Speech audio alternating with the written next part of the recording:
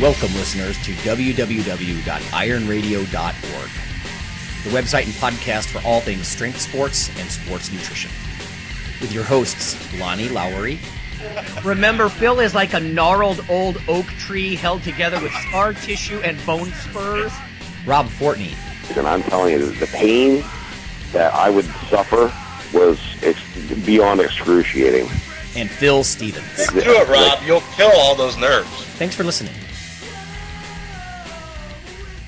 Welcome, Iron Radio listeners. This is Lonnie Lowery. I'm an exercise physiologist, and I'm a nutritionist, and I'm a former competitive bodybuilder. Hey, it's Dr. Mike T. Nelson. I teach for Rocky Mountain University, faculty member at the Carrig Institute, and creator of the Flex Diet certification.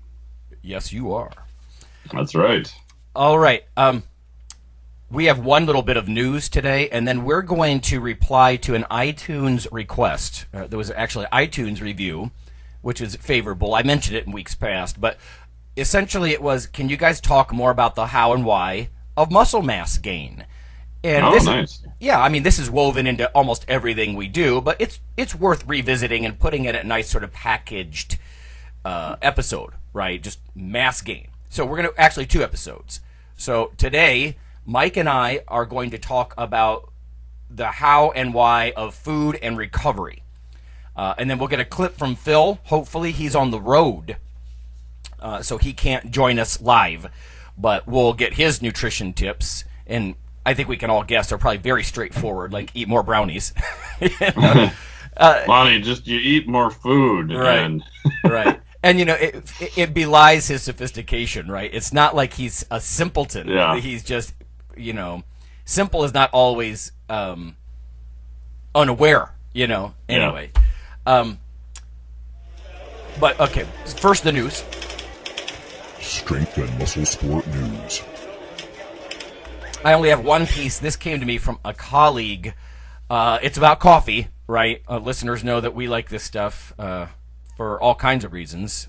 But from Fortune magazine, the author was Sy, S-Y,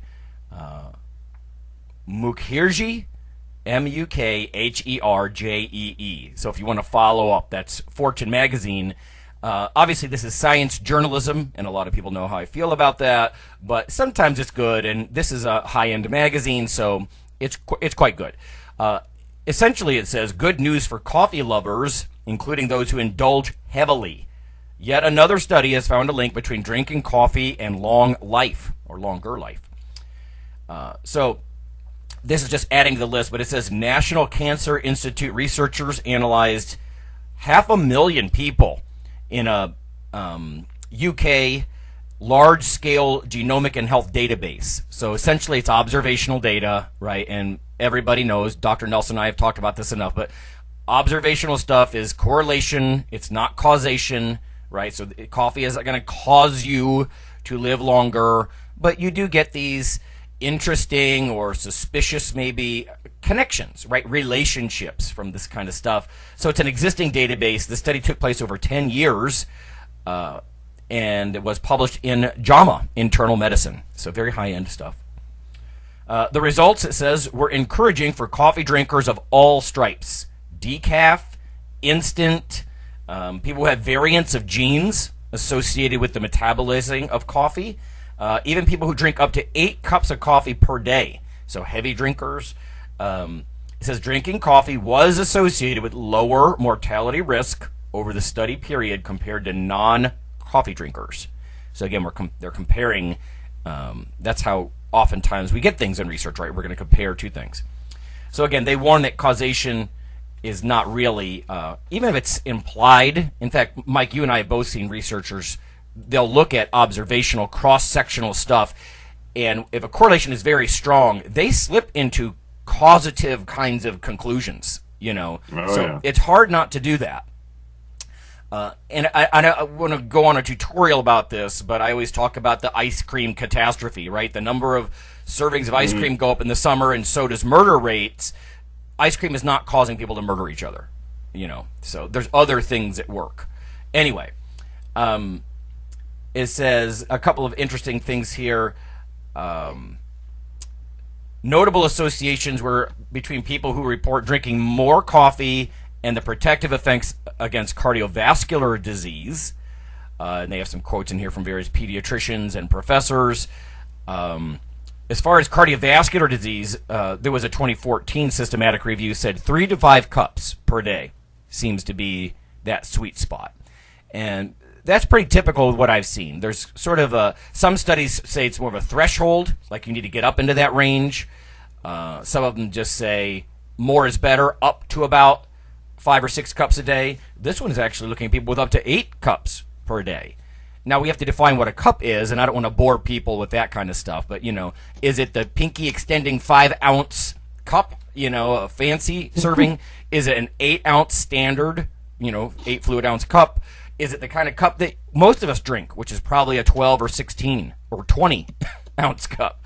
So it depends on how they define it in the different research, of course, but this looks like a large, sweeping observational thing, so I'm sure they've given that consideration. The 3 to 5 cups, by the way, in that systematic review was from 36 studies with 1.3 million, almost 1.3 million participants. So that's why we do this, right? If you say, if it's not causative, who cares? Well, there's a lot of power in that kind of sample size, right? Those sorts of numbers. If things are strongly related, it's very suggestive. Anyway, it says coffee may also have protective effects against certain cancers like liver cancer. And of course, that was the concern and the controversy recently when California wanted coffee sellers to put a cancer warning on coffee, which is just stupid, right? Because one compound taken out of coffee in large amounts alone might in fact have some relationship to cancer. And I understand legally, then they might have to do that. But when you mix it into a complex matrix like coffee with its hundreds of phytochemicals, no, it doesn't. I've even seen some very cool data that it reduces mouth and throat cancer risk. One study even said in smokers, and that's really something, right? Because they're exposing themselves. Again, not all studies would suggest that, but and then they go on with more caveats, like the rub with these studies is they tend to be observational, they rely on self-report, they don't control every single factor that could affect the results. We kind of just covered that. So anyway, a very large new study out of the UK on coffee and longevity. So I just had something super quick to add to that. It was from the British Medical Journal. It was a coffee consumption and health and an umbrella review of meta-analyses of multiple health outcomes. Wow. A lead author is Pool, Pool, it looks like. And the short version is they did all these fancy statistics on a whole bunch of existing database, Cochrane database system review, all that kind of cool stuff. And they concluded that coffee consumption seems generally safe within the usual level of intake. They said with summary estimates indicating the largest risk reductions for various health outcomes at 3 to 4 cups per day, and more likely to be beneficial than harm. So again, nothing earth-shattering or new, but I thought that was a pretty cool review and pulling of just a ton of massive amounts of data on that also agrees with the new study you mentioned. Yeah, I think it's worth it for listeners to realize that one new study, even from a lab like Harvard or MIT or some really prestigious group, will not change someone's practice, like if you're a clinical practitioner. And we should have the same standards ourselves. Like we're not going to change our training or our supplementation or our eating on one study. But again, what I'm just talking about here, although it was just observational, right, it's not causal, it's huge. And what Mike just said, that umbrella. When I hear studies that say an umbrella, so that a meta-analysis is a study of other studies, and what you're talking about, Mike, there almost seems like impossibly almost a higher level than that. Yeah, they gathered one level up, so to speak. Right, they gathered the meta-analyses. So those are the kinds of things where you might actually change your practice, right? You're like, listen, this is an enormous amount of evidence. It's a study of other studies So you might actually consider that kind of stuff. I don't remember the diabetes stuff, Mike, that we saw. I think it was around 4 cups per day. There was a tipping point. In Japan. Yeah, if I remember right. Yeah. A lot of that stuff started in Japan. with the anti-diabetic effects. And I've said it before, but coffee, for Americans at least, and we are not the heaviest coffee drinkers in the world. The Northern Europeans are all over coffee, I think, for utility reasons, for culinary reasons. But here in the States, it's our number one source of antioxidants in the diet. So sad commentary on how little fruits and veg we eat, but thank God for coffee. So. Yeah, and this umbrella review identified 201 meta-analyses. So that's what they started off with. My God. Yeah, that's a fun thing also about coffee. Right. Well, you know, I mean, my hidden agenda, and I have some students who listen, is that I like studying coffee partly because it has instructional value. We're probably going to find something happen acutely, right, with coffee. Acute or sure. Like, I hate training and feeding studies because free living people, it's like herding cats. It's so hard to come to conclusions, but acutely, coffee, an hour after you finish your big cup of coffee, it's go time, and you've got hormonal changes, you have cognitive and, you know, muscular changes. Sweet. Let's study that, because it's a positive reinforcer for students to say, hey, look, you know, something happened, essentially. So. Yeah, and plus, just with them doing that kind of work in the lab, as you mentioned, it's just more exciting. You don't have to wait so long to see what happened, and then you can kind of look and see differences right away, too. Yeah, one of the mistakes I think a lot of students make is the same thing a lot of trainers make just in their garage gyms or their lifting around the country, is they come up with a notion, a hypothesis, and sometimes it's cockamamie. You know, you see some of these people selling books and they've got YouTube videos and they're just full of it. Like, they're not basing it on literature. If you really base your hypothesis on existing literature, you're probably not going to waste a lot of time and money doing something so randomly explorational that nothing's going to happen, right? I mean, you did your dissertation work with stimulants too, right? So yeah, energy drinks. Something's going to happen, probably. So, yeah, you're right. It's actually more fun for us as well. So, yeah, and that's the main reason I did it, because one, at that point there wasn't much data, and then two, I knew I needed to get it published in order to get the heck out of there. I had to publish 3 studies, and I'm like, oh, if it confirms that energy drinks are on the rather safe side, wow, that's kind of surprising, I would say, to most people in the lay public. Yeah. If it shows that they actually do enhance performance, that's kind of surprising, I would say, to people also. You know, and even if they find a positive or a negative, however the study was set up, it's going to be sexy enough that some journal's still going to want to publish it. Right on. It's kind of the main deal is I need to publish to get the hell out of here. No, and to do that, you need statistically significant findings for most journals, right? I mean, that's a sad commentary. I don't want to get into a discussion about how badly we need journals of non-significant findings, but agreed.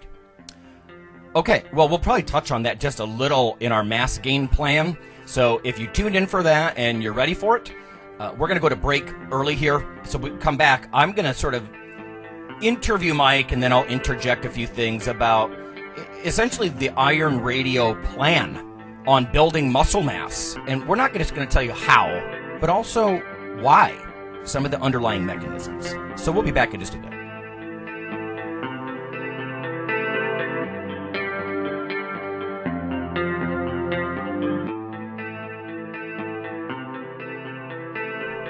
Hey listeners, this is Dr. Lonnie Lowery.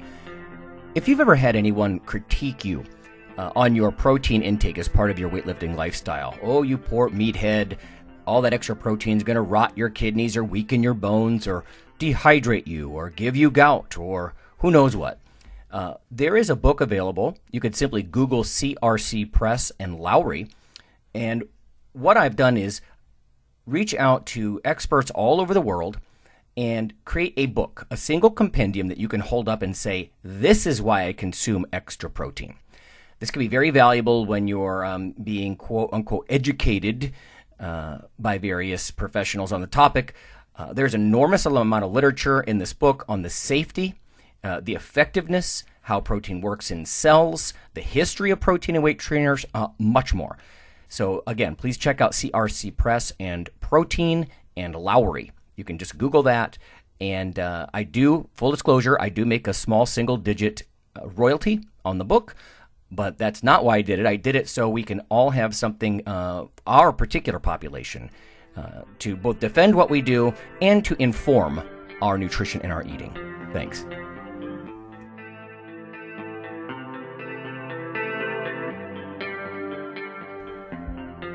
Iron Radio is, of course, primarily a podcast. But over the years, there have been technical glitches calling for backup streaming and listeners who wanted the convenience of other sources of audio content. Toward this end, Iron Radio is now simulcast and backed up on YouTube. If needed, please search Lawnman07 or Iron Radio from within YouTube.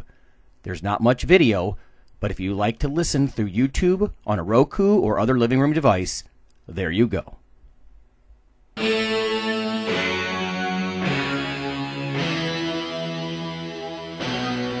Like your weekly fix of Iron Radio? In addition to being a popular institute on iTunes, we are also on email. Simply go to www.ironradio.org and sign up for the voluntary email. You'll get a once per week email, no more. That's little more than the show notes and a link to the audio. So go for it.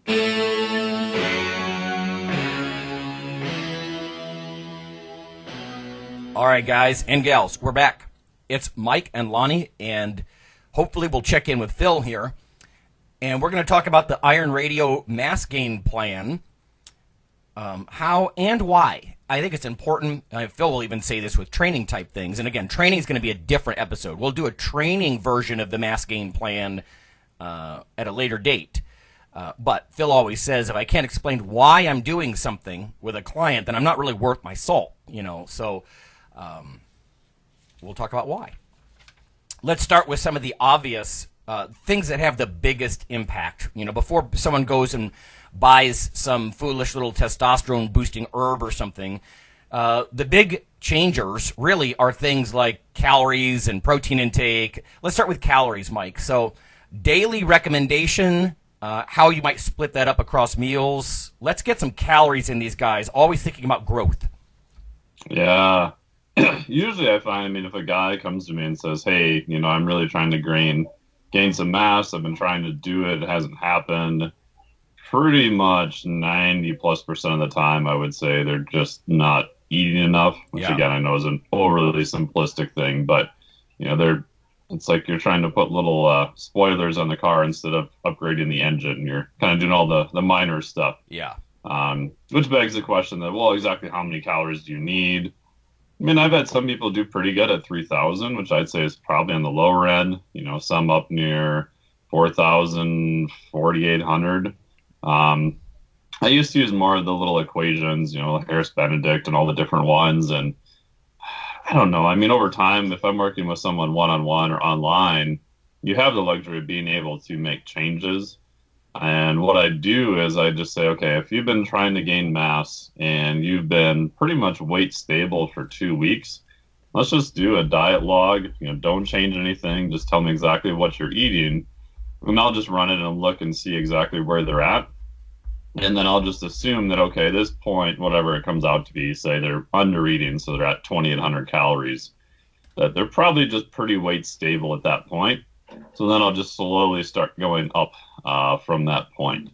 If it's someone who, has to be in a different weight class and we really have like a hard timeline, yeah, I'm probably going to go up, substantially higher than that. Yeah. Or if their lifting performance is just utter dog crap, yeah, I'm probably going to be more aggressive than that. But if it's someone who's, because some people are still kind of concerned about, body composition within reason, they don't want to gain all, fat right away. So if our hypothetical guy was at 2,800 calories, I'd probably initially bump them up by probably 500 or so just to start off. Yeah. And then I would, see how they're doing there.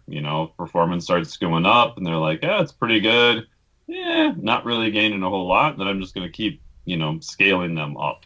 Right. And what I find is from a compliance standpoint, it's a little bit easier. From a behavior standpoint, it's a little bit easier making smaller changes.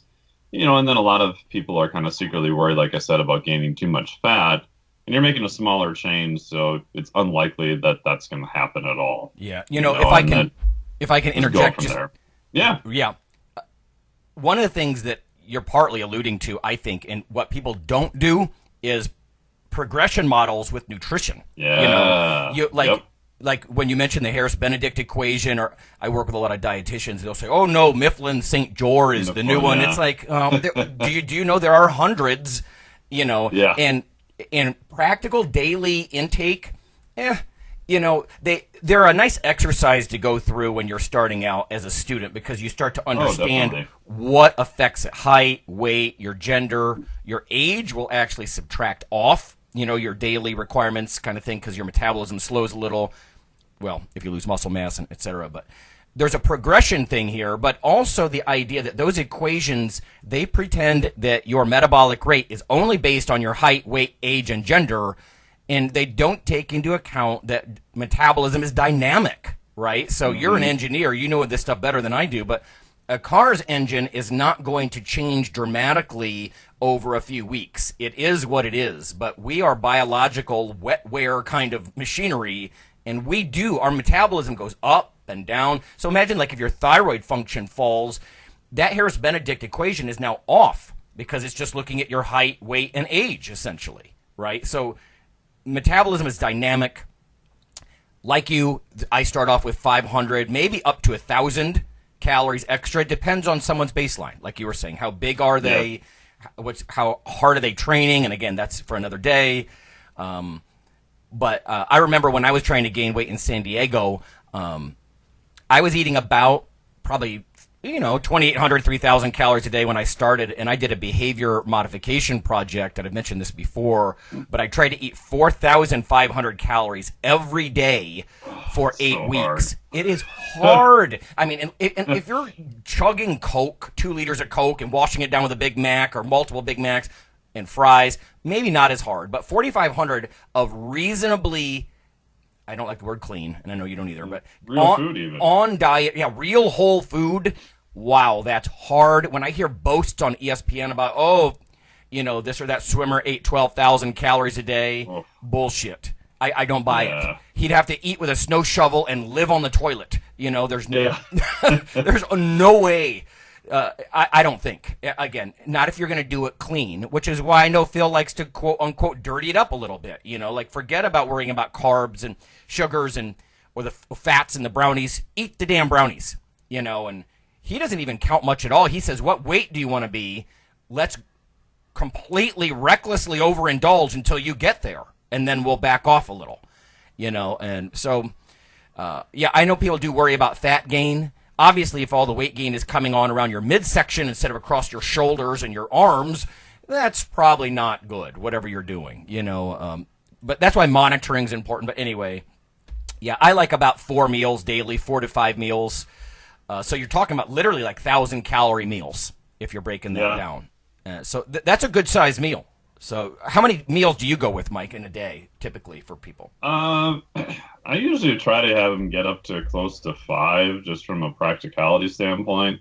Because usually they'll have something for breakfast, something for lunch. Let's say if they're training later afternoon, which is pretty typical, I usually have some type of liquid meal before and after training, just easier to get in calories, easier to jam them in around that time period, and then something in the evening. So usually most people 5. I've had people go up to 6 or 7. I've had some people at 4. A lot of it just depends on their lifestyle and what they can do and how hungry they are, how much they can eat at once. But 4 to 6 is probably pretty average, I'd say. Yeah, clinically, we do a lot of snacks, so the typical thing in like a hospital is try to stick to 3 meals a day and then have like, an HS or a somnut, right, bedtime snack, something like that, or a mid-morning snack. And you're right, training opens up that additional window, so you can hammer some calories before and after the gym. There's a lot of research about protein. We can kind of segue into that. Is before weight training better? Is after better? Well, they're both good. And you can cite all kinds of data, like out of Robert Wolf's lab. Old data now, but both are really good. So, and I don't know why, in a practical sense, you wouldn't just do both. Like have a little bit of weight gain. Unless you have room in your calories to do it, so you can add other stuff with the protein. So, right on. You're much less limits. A couple of quick points about why this matters. First of all, protein synthesis is energy costly. So there's various estimates. I actually like to use, there's a simple explanation in the Mel Williams Sports Nutrition textbook. But 2,800 calories is the middle range of what it takes to synthesize a pound of muscle, right? So that's above and beyond. So over the course of a week, that'd be 400 extra calories a day to help synthesize a single pound of muscle. Are you going to build a pound of muscle this week? I doubt it. Maybe.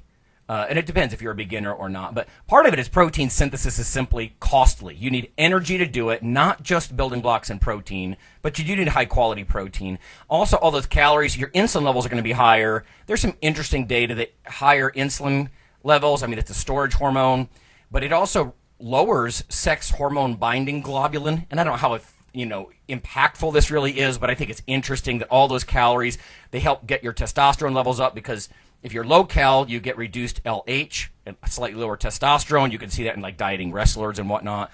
And the flip side is the proteins that bind up testosterone, sex hormones, they tend to be decreased with high calories. So you've got more synthesis probably and more free testosterone if you're eating a ton all the time. I'm not saying testosterone is the reason for all that muscle mass gain. A lot of that stuff gets debatable, right, in a normal physiological range, but just some mechanisms for people.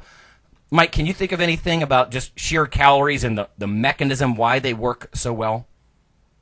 Yeah, I think a lot of it is also just blunting some of the cortisol effects, especially we'll talk later in the next episode about more training. So you're training harder, you're obviously pushing stress more. So it allows you to recover from that. Maybe you've got some hormonal things. Insulin's going to be the opposite of cortisol. So you're trying to keep some of those stress hormones, down into a little bit better range too. Yeah. So hormonal mechanisms. There's some cool stuff about training. If you train with carbohydrates in you, you have lower, interleukin 6, some of these catabolic cytokines, lower cortisol, like you were saying. Yeah. So it even blunts the stress response a little bit from hard training. Yeah. So, and obviously helps there's the immune system. And the building blocks too, right? Obviously, all those amino acids are the building blocks, like from that need to be synthesized together and whatnot. The carbs and the fats that you eat, they're not just the calorie source acutely, but muscle glycogen goes up, right? You store all that carbohydrate in your muscles; they become larger. There's some cell swelling, maybe turns on anabolic processes right there more locally. There's all these different things happening as far as why. I talked about drifting into protein then. Obviously, there are different levels of protein quality, right? Animal proteins tend to be complete. They have all of the indispensable amino acids. Plant proteins are usually missing one or more. In fact, the data, Stu Phillips will talk about this quite a bit in some of what I read of his work, but stuff like peanuts and soy, they just don't have that protein synthetic effect like dairy proteins do. So whey and casein, whey being fast, casein being a little slower. I like about 40 grams of protein with each of those 4 or 5 meals. If you just want to do it per meal, I think that's more practical. But what are your thoughts about protein, Mike, or amino acids? Yeah, I would agree with what you said. If you look at a rice protein at 20 grams, it's okay. It's not nearly as good as whey. But if you go up to 40 grams, it's almost equivalent at that point. So by virtue of eating more protein, you're going to kind of take care of that effect, which is good. Mm-hmm. If you look at the literature, like the book that you obviously were the editor on for dietary, is it Protein and Exercise? 0.7 grams per pound of body weight. Now those studies, which were primarily Murrell, Lehman, Mettler, Wahlberg did one. Stu Phillips helped with a new meta-analysis and it came out to be a pretty similar number. But some of those early studies were actually in people who were on reduced calories, so it was kind of your worst case scenario. Mm-hmm. You could argue and get maybe even a little bit lower from that. So if I've had someone who's just doesn't have much room for calories and their performance is horrible, I may actually lower their protein a little bit and then increase their carbohydrates. But in general, with most people that are eating a lot, I'm kind of the same as you. You're getting like 4 meals. 4 by 40 is kind of my starting point for pretty much everyone in most cases. And if you can get another meal in and you want to add another 30, 40 grams of protein to that, I think you're going to be in a surplus for sure by then. And I think that's fine. It's just sometimes easier from a compliance standpoint too of, get 30 to 40 grams of protein with each meal. I think you could argue, like I said, if you really have high amounts of calories, you could probably get away with even less protein We just don't have a lot of data on that in terms of hard training individuals and caloric surplus. But most of the time when people are eating that much, protein usually is not as big of a concern compared to cutting. Yeah, when athletes ask me, do I need more protein? I say, well, how much are you eating, right? Yeah, and I've where are you at now? I mean, how many, well, or just how many calories are you consuming, right? Because, I mean, all the way back to Gail Butterfield's work and Peter Lemon, which was my advisor, throughout the, I think even late 70s through the 80s and 90s, obviously calories matter. We both know, and we've talked about this before, if you overfeed someone calories, they're going to add a certain amount of muscle mass, even without a training stimulus, right? When you gain weight, it's not 100% fat.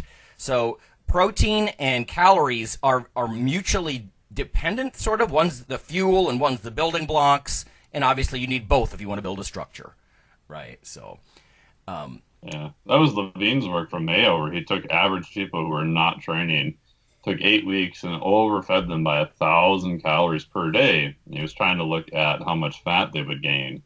And when you look at the actual data in there, a fair amount of them gained pretty good amounts of lean body mass. Yep. And these are people who are not really training or doing anything like that either. Isn't just that by interesting? Yeah. overfeeding them calories. Absolutely. And, when you throw in the training stimulus, and I know listeners, you probably have seen the same thing that we see, but I typically will fill up a little shaker bottle of protein or some protein and carbs on my way to the gym, and that's something that I wouldn't do as much on non-training days. So it's almost like a scheduled trigger for me, and it could be for you, for protein and calories, have a 40-gram, of whey protein in a shake, maybe 80 grams of carbs in there. Again, we're talking about weight gain. I like a 2-for-1. I know some suggestions go up to 4-to-1 carbs to protein in those, peri exercise sessions. That's a lot. And like you said, it kind of depends. But you might as well, throw in plenty of carbs and protein into your workout shakes, because that's essentially a snack or a special window. And again, I don't want to get into a debate about the exercise window of opportunity, but behaviorally, it's definitely a trigger for me. And you can add some proteins and carbs, even some fats in those shakes. It's probably also worth noting that milk, if you make shakes with milk is very insulinogenic. It really helps stimulate insulin secretion for various reasons. And I think that's probably going to help you, be in a storage mode, growth and recovery kind of mode too. So.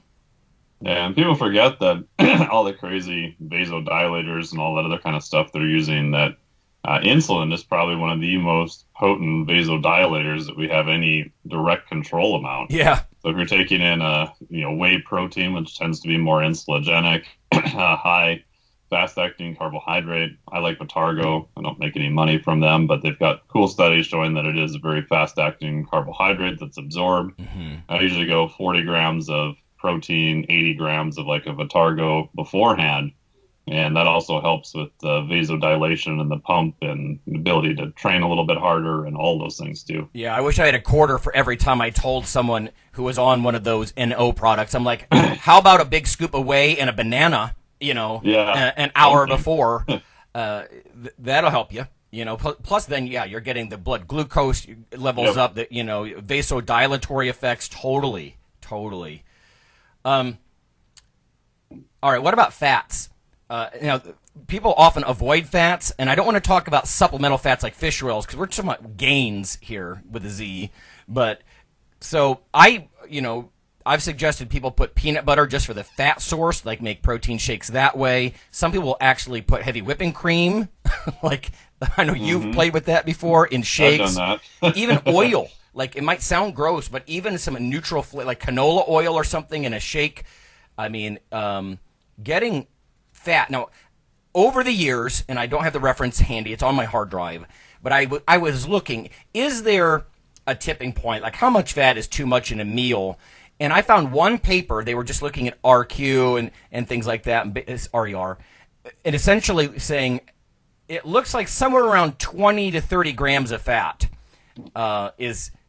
there seems to be it's not a pure threshold, but there's like an inflection by which maybe your ability to oxidize that is overwhelmed. In other words, I would say if you're going to add fat to your diet, something like 20 or 30 grams of fat, that's certainly not unreasonable across 4 or 5 meals, something like that.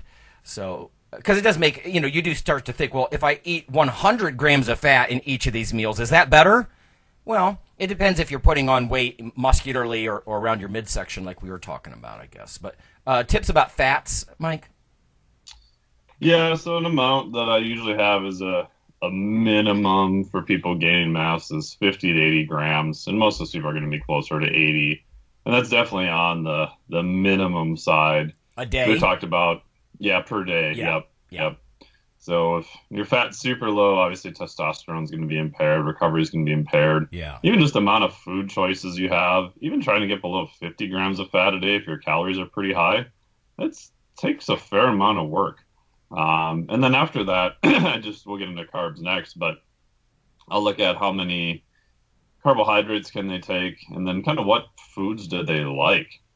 Some people, if their carbs are close to 300 and they just need more calories and they can't eat any more food, then fat becomes a really easy way to get more calories in. It's like you said, adding peanut butter, to shakes, or oil or coconut oil or different things like that, olive oil to their salads, and it's just a easier way to get more calories in. I find some clients just like higher fat foods, and that's easier for them. Some clients don't. So a lot of it, once they kind of cover the minimums, just depends upon their personal preference and what they can kind of do on a day-by-day basis. There's some old data, I can't find it right now, but looking at the amount of dietary fat in a meal and then looking at endothelial dysfunction via something called FMD, or flow-mediated dilation. So that was one of the measurements I did in the lab. And the data is kind of, if I remember right, kind of across the board, but there is kind of a point where you get too much fat in a meal. It may acutely kind of mess up with that vessel function. If you're young and healthy, it's, probably going to be not too much to worry about. But it's something I do think about as people get older, if they're really pounding super high amounts of fat per meal, as, potentially something to think about. Right. I think a lot of my colleagues in the past who are dietitians, they still have a very negative view of fat. It's one of the reasons I did my dissertation with the special dietary fat, and proteins and fats are very popular in the sports nutrition world, I think, because nobody's going to tell you that handfuls of nuts and seeds, peanut butter, olive oil, avocados, all this monounsaturated fat, generally just good. I mean, the Mediterranean diet, all that sort of thing, whole layer of their food guide just for olive oil. There's other good things in that, like antioxidants and whatnot, but definitely. And I like what you said, too, about how quickly you can reach your calorie goal, literally more than twice as fast, right, at 9 calories per gram instead of 4. Fats are a great way to get those calories up if you're not a huge eater. I tend to think, and we've talked about this many years ago, but if your protein is relatively fixed, let's say it's at a gram per pound, so that's probably excess, but, not unreasonably so. If your fat's fairly fixed at a similar amount, maybe it's half a gram per pound, something like that, then carbs are what go up and down. And we're flitting back and forth between fats and carbs here because, those are your calorie sources. I mean, they have different effects on the body, but it's worth noting, right? Yeah, if you have a hard time getting to that, like 4,500 calories, or let's say 4,000 a day for a male. Maybe it's 3,000 calories a day for a female, or low threes per day. Healthy fats they'll get you there. They will get you there. But carbs, you said you wanted to touch on carbs a little bit further. Yeah, basically, I just keep scaling them up. I mean, in terms of actual numbers, again, which is going to vary depending upon your caloric intake. 200 is a very min. Most people 250, 300. I mean, I've had some people go as high as even over 400 per day. Most people at that point will start trading fat and things of that nature. But I look at carbs, and then I also look at obviously their weight gain, and I also look at their performance. When we're talking the training session, if I can take them from 3 days a week to 4 days a week, and they're recovering and able to do good, high quality, productive work, then cool. So in my opinion, that's going to be even better. Maybe they could go to 5 days, and I think by having more carbohydrates and more fuel, I've just noticed that tends to make it easier. If you look at an extreme like a CrossFit athlete, or even like, we're not talking about endurance, but some endurance athletes who are burning just through a ton of calories, pretty much all of them that do well are on much higher carbohydrates. So I think we're hopefully getting over the stigma that carbs are bad.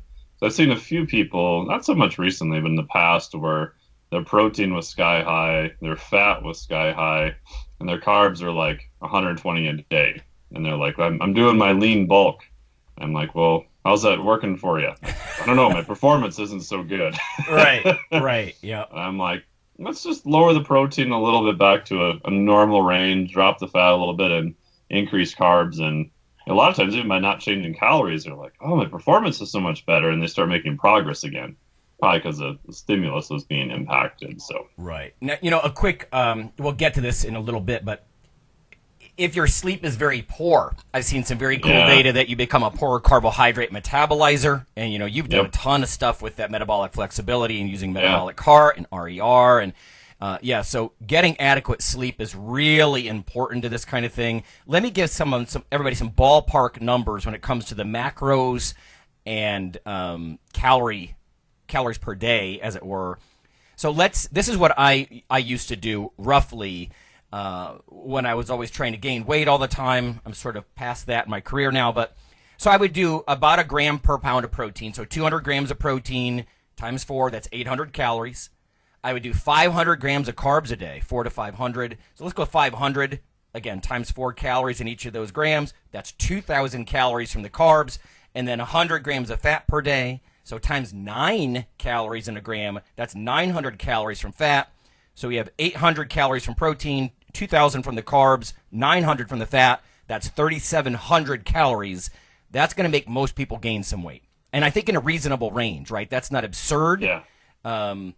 Those numbers are reasonably balanced. Obviously, there's more carbs there than anything else from a calorie and a gram perspective, because, again, that's what goes up and down a lot for, energy, glycogen, nice full muscles, getting a pump, the whole deal. So just, a nice round macros and calorie kind of suggestion there.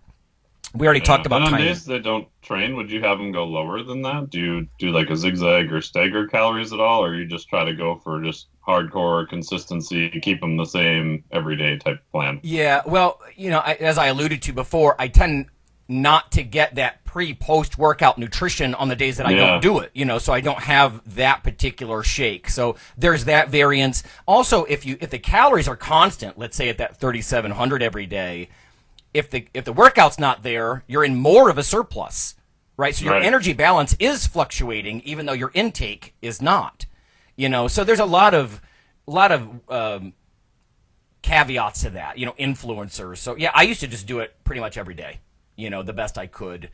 We're kind of back to Phil's usual suggestions. About just plow the calories of all kinds and until you get to your body weight goal, and then try to hold it there for a while.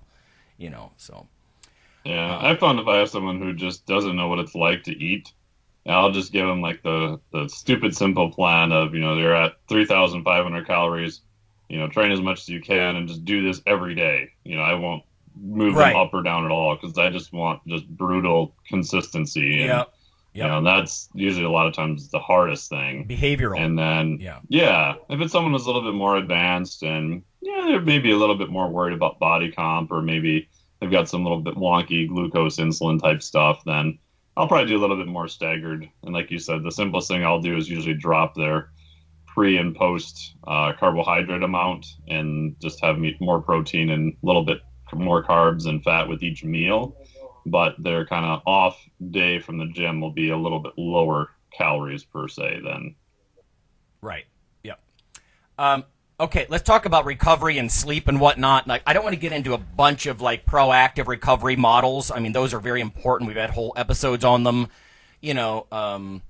Foam rollers and stretching and hot tubs and sauna. We talked about a lot of that stuff. All that proactive stuff is really good if you're training your ass off. even if it's just twice a week, but very heavy, or if it's high frequency training, whatever it is, you're going to need to recover. But I wanted to focus on sort of the sleep ritual. It's something that's so often under focused upon, but getting 8 or 9 hours of sleep, that sounds like a lot, but I remember Phil, sometimes we used to joke back in the day about like a PR for sleep. You know, like I slept 11 frickin' hours, you know, something like that. But if you can get your 8 hours of sleep, there was actually a meta-analysis done a few weeks ago, and I don't have the author's name in front of me for this one, so take it with a grain of salt. But they were saying as far as brain aging, 7 hours of sleep seemed to be the sweet spot. I thought that was interesting. It's a little lower than I would have thought. But if you're to get your 8 or 9, like I'll take a melatonin. I just take half of a 3 milligram melatonin.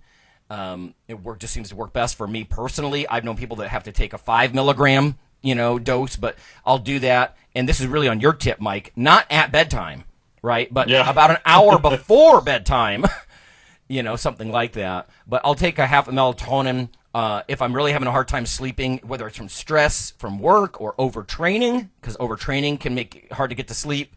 But Kelly's trick, my wife's trick, with a lot of clients, because it tends not to interact with a lot of their meds, as far as cognition and all that kind of stuff, but is chamomile. I'll double bag chamomile tea, and it makes me very sleepy. If I take a half a melatonin and 2 chamomile, sometimes I'll take a zinc magnesium before I go to bed. Sometimes if I overdo the caffeine earlier in the day, I'll get sort of a restless legs sort of thing, and the magnesium seems to help.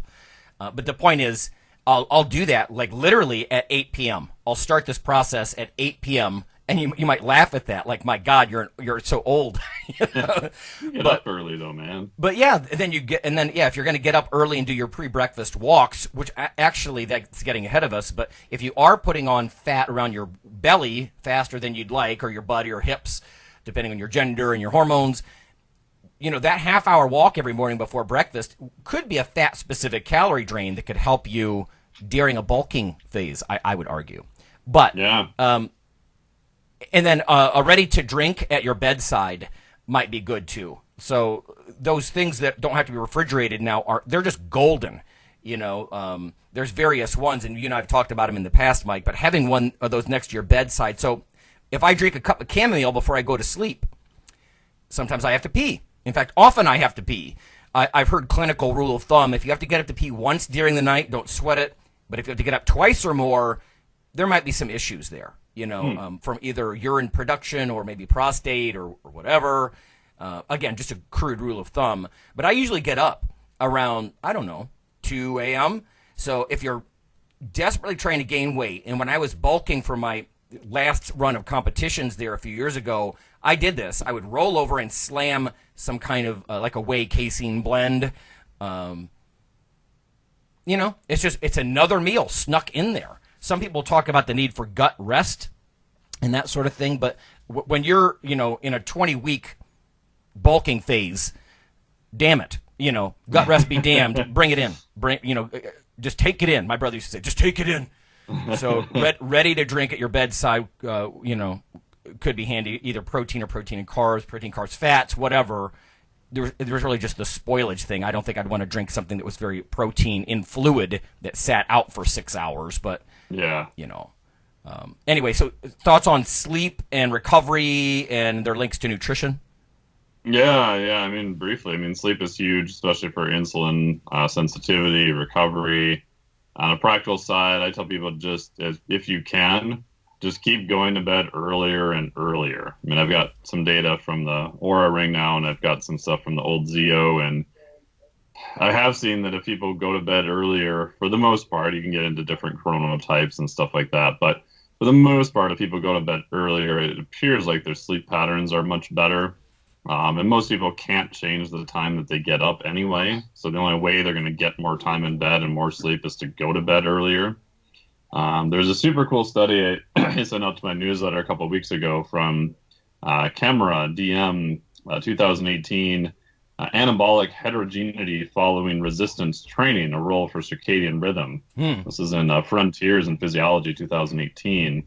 And the short version of that is that when they went back and looked at all these studies and training interventions, you've got some people that are hyper responders and some poor bastards in the bottom that don't respond at all. Yeah. And their argument was, and they presented some pretty cool data, that maybe it's the difference in sleep. So maybe those people are just not sleeping enough, therefore they're not recovering enough, and they're just not seeing the gains from that particular program. So I thought that was like super fascinating. I often, Mike, for what it's worth, when I write a conclusion section of a presentation or a paper or something, I'll always point out that limitation of the study, right? That we did not, we ask people, even with the coffee research, did you sleep similarly to last time? You know, because they come in one day on decaf, one day on water, one day on coffee. Did you sleep similarly? But I'm not really logging that, and I can't control how well they slept, right? So it's just a huge limitation. Anyway. Yeah, and I think hopefully with, devices like the Aura and other things, it may be able to, a way for researchers to quantify that, because obviously people are going to be sleeping most likely outside the lab. We're not going to be able to contain them for 12 weeks to sleep in the lab and cost and everything else. And then before bed, have some type of a ritual, having the lights darker, cooler, all that kind of good stuff. For mass gain, one of my favorite things is to add some type of like casein protein to like ice cream. So I'll add like a Driven Nutrition, like their chocolate casein to Moose Tracks ice cream. Cool. I stole that tip from Dr. Kenneth J. We were doing that when we were down in Florida last year. Sounds fun, actually. And it tastes pretty good, actually. Yeah. You get your 40 grams of slow acting protein. You get a few more calories. It's kind of a nice way to relax at the end of the day. So I like that. I found that works pretty good. But yeah, I mean, sleep in general is just one of those areas that people will do pretty good on other stuff. But I've noticed if their sleep is quite poor or pretty bad, that it just kind of throws a big monkey wrench into everything. It's one of the reasons why, as much as I like coffee, and I'd have to actually think about my intake. I haven't recorded my own diet lately, but I probably get 6 cups of coffee a day, like 8-ounce versions, coffee. If I overdo it, it's going to mess with my sleep. Even if I do get to sleep, and you've talked about that before too, like energy drinks, if you like your Monster, what a Red Bull, you just have to be careful and get that under control, because, that's part of the Iron Radio plan, folks. You've got to find a way, either through the tips we've given or whatever, to get your ass to sleep if you really want to grow. So, supplements. Let's do one last thing, and hopefully we'll have a chance to hear from Phil. Some of these can go back to the amino acid based things like leucine. I think as long as you get your scoop of whey with your protein intake, that's pretty much handled. One caveat to that might be if you do have car snacks and you're eating. I used to put a box of like a dried fruit, higher fat kind of cereal between my car seats, and I would just eat them. It might be good to swish down a little bit of leucine if you're going to pop your, branch chains or something. That might be the time you could do it. Again, there's that interesting research that, getting 3 grams or so of leucine with a protein meal with as little as 6 grams of protein in it, you could actually get almost a full scoop of protein anabolic effect from that. So it might be good to add it to those car snacks or gym bag snacks that are just a little dab of protein from nuts and seeds or whatever, grains. And just increase the quality. That might be one supplement I like. Creatine, there's interesting data. And I've seen some stuff recently that they're actually questioning some of the anabolic effects or some of the benefits of creatine, which I found very odd. Yeah, at the NSCA meeting this year, I'd have to pull it up. But the title was called something about lack of effect. And I'm like, how can you say that? Like, there are like 400 papers. Yeah, that makes no sense to me. Anyway, so I'm sure it was an attention grabber. But the point being is that's one that I would go for. Tarnopolsky suggested it early, and it did pan out like most of the things he suggests, which is, get yourself that 5 grams or so, 3 to 5 grams of creatine. I put actually half a tablespoon, not a full tablespoon, in my morning coffee. Almost every morning, just for cognitive, neural, keep my muscles full, that kind of stuff. That's a trick. But creatine, if you really want to load immediately and get that, fluid shifts and get swole quickly, there's the whole tablespoon 4 times a day kind of thing. That'd be 5 grams 4 times. That's 20 grams per day. But supplements like leucine, creatine, maybe a stimulant, although, again, I really just like good old coffee because it doesn't wreck your insulin sensitivity or your glucose tolerance, at least not chronically. But any thoughts you might have, Mike, on supplements? Yeah, I mean, I would agree with all those. I mean, I would probably throw in possibly a mixed multivitamin. Again, usually I'm not as worried about that if someone's on a mass gain, type phase. Fish oil, which we're, big fans of. I guess the only other two that maybe a little bit more esoteric, probably not so much anymore, is turmeric or turmeric. Yep.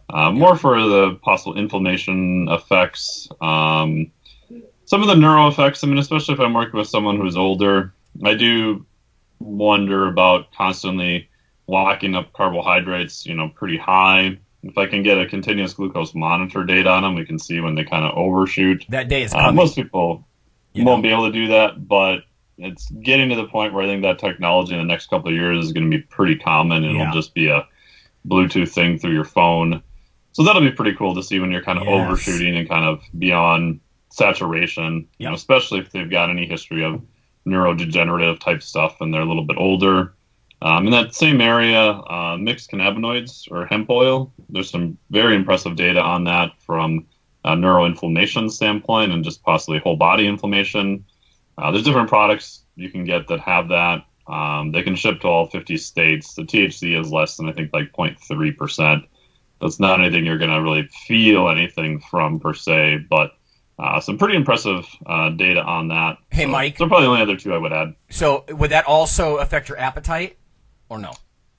I don't know. The data on that is pretty mixed. It appears that THC is probably the main driver for that. Yeah. Mm-hmm. But, I mean, if you've got someone who's in a state where that's legal and they just, can't seem to eat enough, then, that may be an option too. We'll have to add that to our IronRadio plan if it becomes legal, more legal. Induced munchies. Appetite stimulants historically are a joke. They don't. They've been horrible. It's like the only thing that's come along that's almost certainly going to give you the munchies, so you can get up to that 4,000 calories a day or whatnot if you have a hard time with it. Yeah, it'd be gold. Last tip would be cooking. We kind of alluded to a lot of this, but let's face it, the kitchen is where the rubber hits the road. I mean, as far as recipes are the link between all these things that we're discussing, these plans, and actual implementation, right? You have to actually act on these things for them to work for you. So we've already mentioned like glugging olive oil into your chicken and vegetables in the evening. Fantastic, right? There's really no downside to that. You can easily get dozens and dozens of grams, 1 tablespoon, right? 14 grams of fat. So you can get lots of calories from olive oil, glugging it into your stir fries in the evening. We talked about heavy whipping cream. I'm on a real heavy whipping cream kick lately, ever since the Irish coffee. Oh, damn. So good. But yeah, getting oils into the diet, into the kitchen would be good. If you fry eggs in the morning, you can use butter. I mean, I'm not going to have anybody, that's saturated fat. Well, listen, we're talking about a 20-week, probably balls to the wall weight gain session. Let that go for a little bit. Because if you're worried about cardiovascular disease and you're a 28-year-old trying to put on mass, you're going to be one of those, like you said, clean gainers that aren't going to go anywhere. Yeah. So putting the oils in the pan whenever you fry something is a great way to do that. I don't know. Any kitchen tips, Mike? Yeah, I mean, a lot of times a blender is your friend. Yeah. A lot of times blending stuff up because you can drink more calories, and it's an easy way to sneak some fat in there too. We got a Vitamix as a gift 1.5 years ago now, and it's freaking amazing. I don't make any money from them, but maybe they should sponsor me. I actually carried it around. We're out here in South Dakota, and we're headed out to Montana and Hood River, and we actually brought it with us because we drove. That's a endorsement. Yeah, so that works well. Other tips I found that works good, like if you're making a lot of potatoes or sweet potatoes, you can bake just a crap ton of them in the oven at once and just keep them in the fridge with the peels on, and then just take them out, heat them, and the peels will just fall right off. So super easy for prep. The other one that's super nice too is about 1.5 years ago now, maybe I got just a smaller rice cooker off of Amazon. Got a stainless steel thing, non-Teflon, for $34. So if you can, make up a fair amount of, rice ahead of time, or I put oats in it and other stuff, and it just makes it super easy. You just throw it in, throw the water, hit start, and then you can keep the leftover in the fridge. But I found that rice was like a really good carbohydrate for a lot of people. It's very inexpensive. We bought a freaking 15-pound organic thing of rice from Costco for $20. Digestible. Very cheap. Yeah. Yeah, it's easy to control portions, all that kind of stuff. But I found I just didn't allow myself the time to actually cook it. So having a rice cooker was super useful for that. Yeah, Kelly is on a slow cooker kick, right? And those are good too. And she's got a pressure They've got a cooker. crock pot. Yeah. And so you can make stuff like it's almost like pre-prep because you make a bucket. A bucket of rice or oats, like steel cut oats. You could do all this kind of stuff, but pre-prep and then put it in the fridge where you could just grab it. Just reach in and grab it. It is solid gold. I'm actually on a potatoes kick since Ireland. It's so easy to take a potato, and the red-skinned ones have a little lower glycemic index, right? If you're interested in that, but the brown-skinned ones are good. Yams are good, the old bodybuilder staple. But you can nuke these things in 3 or 4 minutes, and then there it is. There's your carb. It's a quality carb. It's portioned. Yeah, but rice and potatoes are some of my favorite carbs right now, actually. So you want to get super uber geeky, which, up to you, by changing the amount of resistant starch by how often you heat and cool them, like rice and potatoes, will actually change glycemic index massively too. Isn't that interesting? I first saw that. Yeah, I was giving a talk up in Toronto for Pete, for Dr. Lemon, and we were talking about storage. The whole thing was about food storage, and I was like, look at this. You can even do that with toast. You could put a loaf of bread in the freezer, and then when you make a sandwich or make toast, oh look, the glycemic index is lower just because you froze it. It's very interesting stuff. So that idea, everybody, would be that slower entry into blood, your blood sugar doesn't spike quite as high, especially if you like your white refined carbs. Could be better. Could give your body a chance to use it a little bit better, than just sort of overspill, if you will, or just getting massive blood sugar swings and insulin swings or whatnot. So, okay. So there it is. Calories, all the macros, right? Proteins, carbs, and fats. We talked about timing a little, sleep, supplements, a few cooking and kitchen tips. I promise you, if you comply with everything that we just talked about, always tweaking based on yourself, at least, consider. These are considerations. We're not telling you to go do these things. Everybody's different, right? Medical disclaimer. But these are tried and true ways that you will gain mass, and it's going to be a lot more effective than if you go drop $80 on a weird little bottle of some specialty supplement, and hope that's going to make you huge, because it's not. So. Yeah. My last comment on that is I remember asking John Barry years ago, I said, well, what do you do with all these super, and that was myself, skinny people who just, I seem to keep, increasing more calories, and I think my metabolism goes up and I can't really gain any weight. And he's like, well, just keep eating, because at some point you will out-eat your metabolism. It's not going to go up forever. Right. Yeah, my formulation of that was always, you can't defy the laws of physics forever, right? Eventually there'll be more energy and nutrients flowing into the system than you could possibly burn. You will gain, and you will gain muscle mass, at least some. Yeah. And again, maybe a 70-30 muscle to fat ratio. That's a huge win, folks. Yeah, that's good. Right? It's not going to be 100% muscle mass. You're going to end up like those twigs who have eaten clean their whole life. They look lean, but they're 150-pound men, and that's not very big, and they don't change that much, so.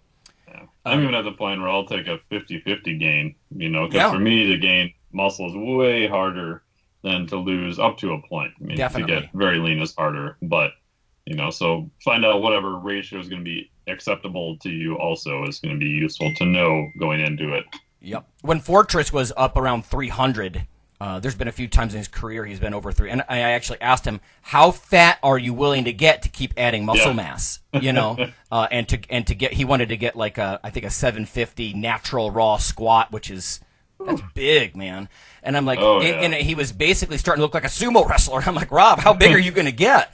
And he's like, it's just about the strength, brother, So I can appreciate that. I don't want that for myself, but I understand it illustrates what we're talking about. That some of it will be lean mass.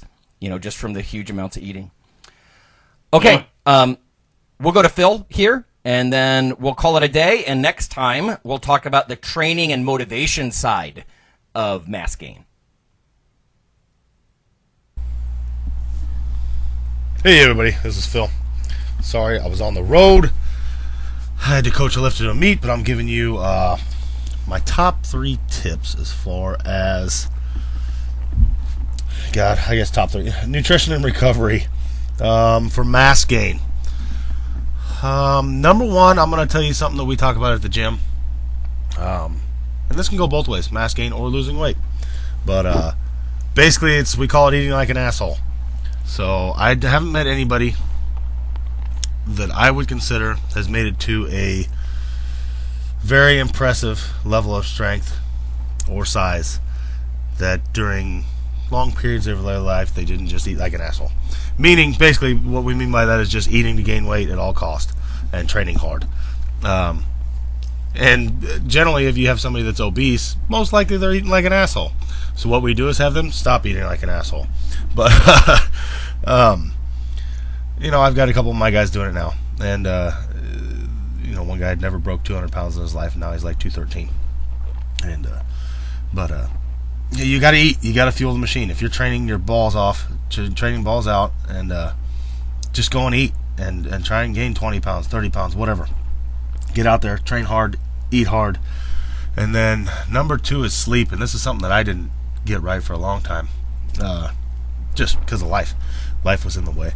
But I think too many people don't understand how important sleep and rest is. Probably more so, or at least as important as the training. So if you train really hard, you need to rest really hard and sleep really hard. And that's one thing I preach in the gym is like we're not causing progress in the gym. We're causing a stimulus for progress. We're in there beating yourself up. And then the real progress comes outside of the gym when you're eating like an asshole and sleeping and recovering. So sleep and rest is a big one. Just get out, and if you're training really hard, make sure you get to bed early. Or if you're not an early to bed person, make sure you're sleeping in late. I don't care. Whatever's the case for you, whatever fits your schedule, but make sure you get that time. Not staying up too late, not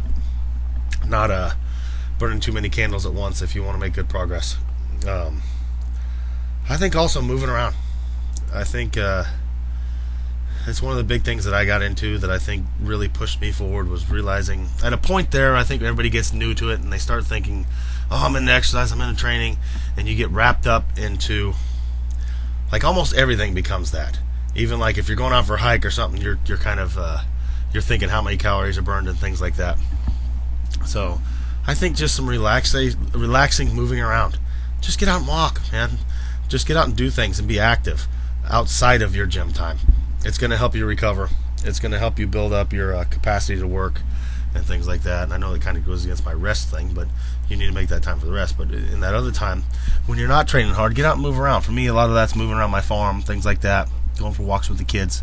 All of that stuff that's not very strenuous, it's going to do nothing but aid recovery. It's going to get blood flow in there, things like that. I think we should move around more. Nobody ever, I've never seen any bad data or bad injuries from just walking. And just moving out, walking around, hiking, doing things like that is going to do nothing but aid your recovery and potentially aid your health and everything else. So, again, my top 3 would be learn to eat like an asshole if you're looking to gain. For me, that's usually I stay on a pretty static type of diet year round. Right now I'm kind of off season, so I've lost 30 pounds, so I'm just eating the good food. And then at the end of August, I will start eating like an asshole, which means I just eat that normal good food, and then I pack everything else on top of it. So in between meals, I'll be picking up snacks and this and that, but I keep that base of good food, and then you cram in the bad stuff, or so-called labeled bad, but the calorically dense stuff in between. I'll make sure I get to bed early. I try and get, like on my weekends, my weeks are busy, so I'll try and sleep in a little bit more on weekends and things like that. And move around, get up and walk. for me, I'm on my feet all day, so that's good. I've changed to a stand-up desk, so numerous years ago, and that was huge for me. It helps with my hips and everything else, the tightness, and basically I'm on my feet from 5 a.m. till 8 o'clock when we're done at the gym. So walking around, moving around, coaching, things like that. I think the more you can do that, the better. Just don't find yourself sitting down too much and things like that. It'll just really lock you up. So, all right, thanks. Bye.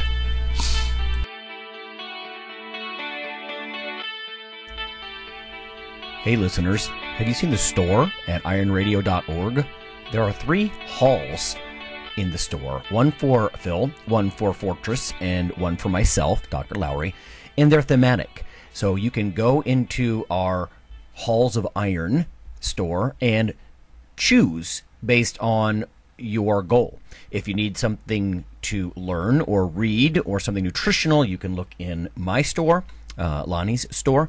If you want something about injury prevention or competition, then take a look at Phil's Hall of Iron. And if you want something about motivation or daily training, Fortress's Hall has what you're looking for. There are some fun, heroic descriptors as you browse through the store, so we try to make it a little more fun than the average boring online store. And whether you're a novice lifter or someone more experienced, you can take heart that you're not wasting your time. The things that we put in each Hall of Iron are actually based on our own recommendations. Protein powders that we know to be good, knee sleeves, wraps of some kind, things that Fortress uses in his own training.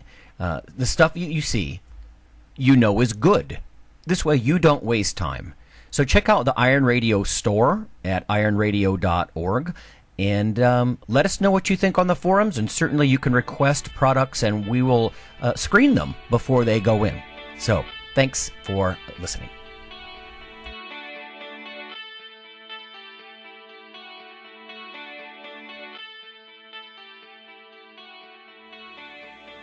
Iron Radio is accepting donations. If you like what we do, the professors, the scientists, the bodybuilding show promoters, the athletes themselves in powerlifting and bodybuilding, please consider making a donation or maybe buying something from the IronRadio.org store. We also are accepting supporting members. So for $4 a month, which is frankly less than the bank sneaks out of your account in fees, you can step up and support a form of sort of public radio for the bodybuilding and powerlifting and strength community. The Iron Radio podcast and all of the audio on ironradio.org is for informational purposes only. If you're interested in starting a diet or exercise program, it's important to check with your physician. Also seek the help of registered dietitians, athletic trainers, and qualified exercise physiologists in order to make the progress that you need.